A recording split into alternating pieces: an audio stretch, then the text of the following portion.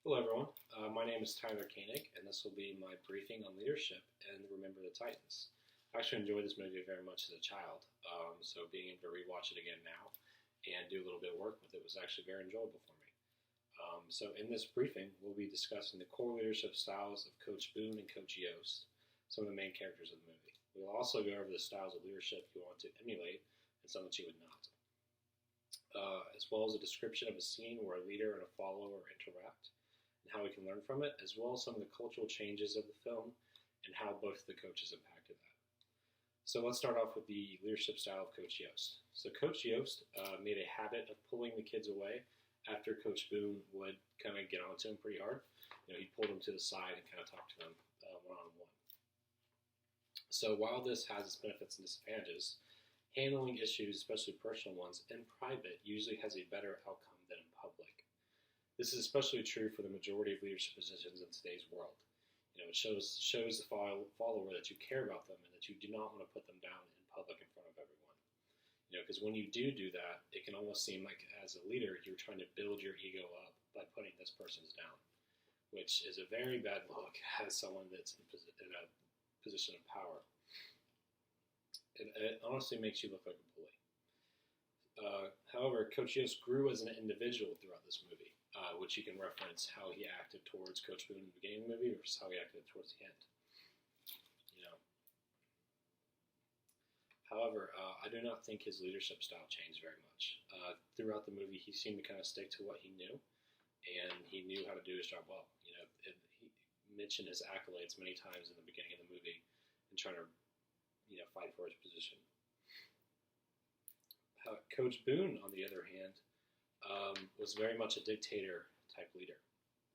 The first scene where Coach Boone meets the African American players that are waiting for him in the gym, he runs a little rant where he kind of talks about how he's a dictator on the field. However, in a sports setting like this, in this type of team environment, I feel like this is the kind of leader that you would want. Someone that is able to make hard decisions, that will make the decision for the betterment of the team no matter what, that was willing to get down on you, really, really bust you up for what you're doing wrong, because when you're doing something wrong, it costs everyone. That's the type of leader you would want in this scenario. However, Coach Boone put winning on a very high pedestal, which you could also argue that he was forced to do that. Through a portion of the movie, he was told that he would lose his job if he lost a single game. If I was told that, I'd focus pretty hard on winning too. But by doing that, you lose sight of the small things that come up along the way. If you're only focused on that end goal, not losing a game, you can miss certain things that will end up costing you a win. However, Coach Boone was very good at his job. He won every game, won the state championship, and pushed every player to do their best no matter what. He didn't take any excuses ever. That's something that is admirable in someone. Sorry guys, I've had a bad throat the past couple days. So now we'll move on to what leadership styles depicted in the movie would you want to emulate. So for Coach Yost, in the beginning of the movie, when Coach Yost is confronted with Coach Boone overtaking his position, he was insulted himself. He was very insulted as a man.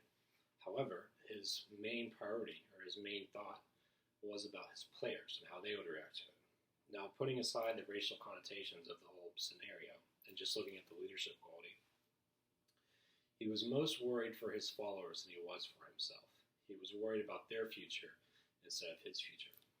That's something you would want in a coach position, or someone that can very easily become a father-like figure to these kids.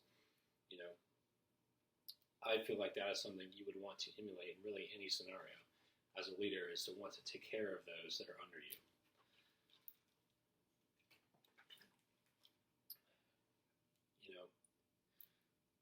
The racial differences put aside, like I mentioned earlier, that's something you would want to do. For Coach Boone, on the bus scene beginning of the movie, Coach Boone essentially publicly humiliates one of the players. I forget his name. It was the player that got hit by a car in the movie and paralyzed from the waist down. While I felt that this was a necessary thing to do, it does not give him any support with the rest of the white players or their parents when it comes to getting support from the community. They already did not like him, and doing that while was needed, put him in his place where he needed to be, and kind of showed him who was boss, as he told him multiple times. It did not help him build any type of respect or anything like that within the community. It actually built up a lot of animosity towards him. He's antagonizing them even further by doing that. It's a very rough way of leading that, in my opinion, was needed in that scenario. Was needed for that individual as well as his friend. But it would probably not be accepted in today's world. Coach Boone has shown throughout the movie that he's a hard man, and he's willing to push these players to their absolute limit on what they can do. I feel like as a leader, that's a very valuable attribute to have, because if you're willing to accept less than their best, you're not getting an efficient amount out of them. You're not getting what you deserve to get out of your people. That's even doubly important in a physical setting, such as a football team. If someone isn't running as fast, you're going to lose. If they're not trying their best, you're going to lose. Those players will be better off in the long run for the effort that they put in now. The pain that they endured in the camp made them into the players that were able to win a state championship.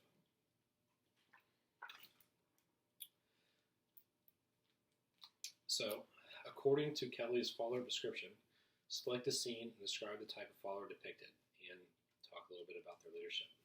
The leadership used in that scenario. The scene that I selected was where Coach Boone first meets his team, as I talked about before, but one of the players put his fist up in the air in kind of the Black Power-esque fist up. Coach Boone absolutely laid into this kid, for not necessarily for doing that, but for kind of breaking the norm, essentially. Coach made the kid stutter and change his answers so many times because he was just trying to appease the coach and get out of there, but he wasn't really letting him. He kind of went a no sir, yes sir, no sir, that kind of thing very often. The follower in question I would categorize as a passive follower. He did not have any real thought process to his actions. He was just trying to say whatever he could to get him out of that situation. And not really thinking about what was proper, what even really was expected of him. He was just trying to do his best to get Coach to move on. Now, Coach Boone did instigate that situation. He came up to him. He didn't have to do that, and he drilled into him for no reason other than to show the other players what kind of leader he would be. God, sorry guys, my throat is absolutely killing me right now. How he would be that dictator that we talked about earlier, and how he would lead with no questions asked, essentially. He put that on display. However, while the kid might have been embarrassed, he did learn a valuable lesson about Coach Boone. And now you might not want to make him mad. So, what were some of the cultural changes in the movie and how the coaches impacted them? So, one of the larger cultural concerns was the segregation of the school. Race was a very hot issue in this movie, as it was right in the civil rights movement when schools were getting segregated. And the melding of African Americans and whites into one area, which hadn't been done before. Coach Boone was a driving factor of the relationships that these boys built with each other. His threats of 4-day practices if they didn't get to know each other at camp, forcing them to build these bonds. That was a big driving force between the benefits that these kids got. Coach Yost actually ended up detracting from it, only pulling aside the white players and not the black players. That kind of distrust that a coach in between coaches, where a coach cannot trust his other coach to do the right thing by all of his players.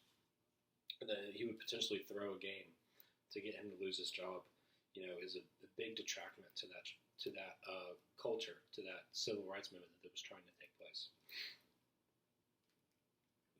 While the end goal of the team was to win the state championship, the brotherhood and the camaraderie that came out of it and the inclusiveness that they were able to build there shows the achievement of a goal that ended up being even more important. So, guys, this concludes my briefing on Remember the Titans. In it, we discussed the core leadership styles of Coach Boone and Coach Yost, the style of leadership you would want to emulate, and how some you would not, as well as some of the cultural changes of the film and how both coaches had an impact on it. This was a great movie to view, as well as one to learn something from. It is still incredibly relevant to today, from the cultural implications of it to the leadership qualities as well. Thank you guys for your attention. Have a great evening.